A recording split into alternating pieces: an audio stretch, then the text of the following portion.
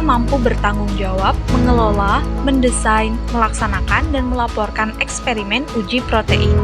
Adapun alat yang digunakan yaitu yang pertama gelas beker, gelas ukur, pipet tetes, spatula, batang pengaduk, tabung reaksi, rak tabung reaksi, penangas air, dan juga penjepit tabung reaksi.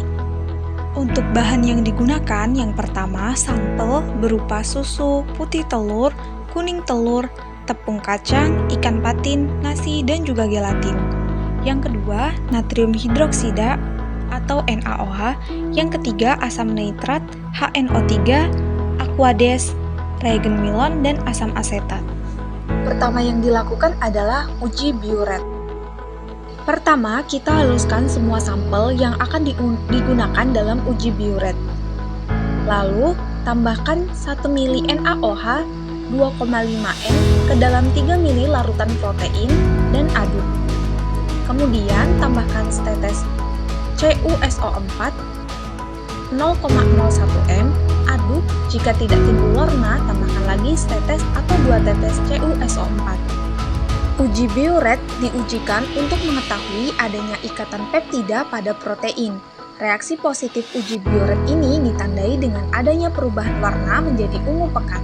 Hal ini karena ion Cu2+ dalam suasana basah bereaksi dengan polipeptida atau ikatan-ikatan polipeptida yang menyusun protein sehingga membentuk senyawa kompleks berwarna ungu dan dengan membentuk asam amino.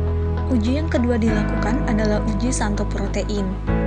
Yang pertama dilakukan adalah masukkan ke dalam tabung reaksi 0,5 masing-masing dari larutan protein.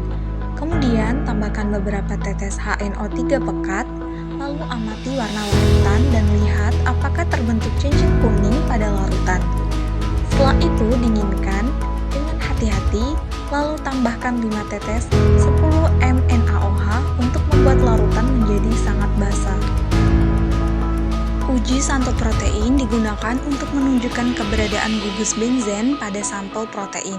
Penambahan larutan asam nitrat pada sampel berfungsi untuk memecah protein menjadi gugus benzen.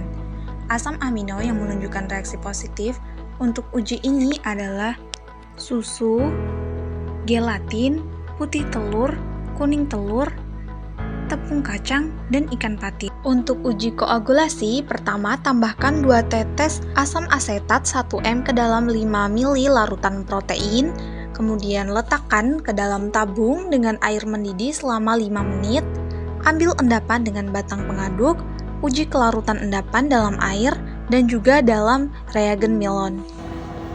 Dari hasil pengamatan, semua sampel ketika diuji dengan reagen Milon terdapat endapan berwarna merah bata, dan ketika diuji menggunakan air, maka larutan akan tetap berwarna putih.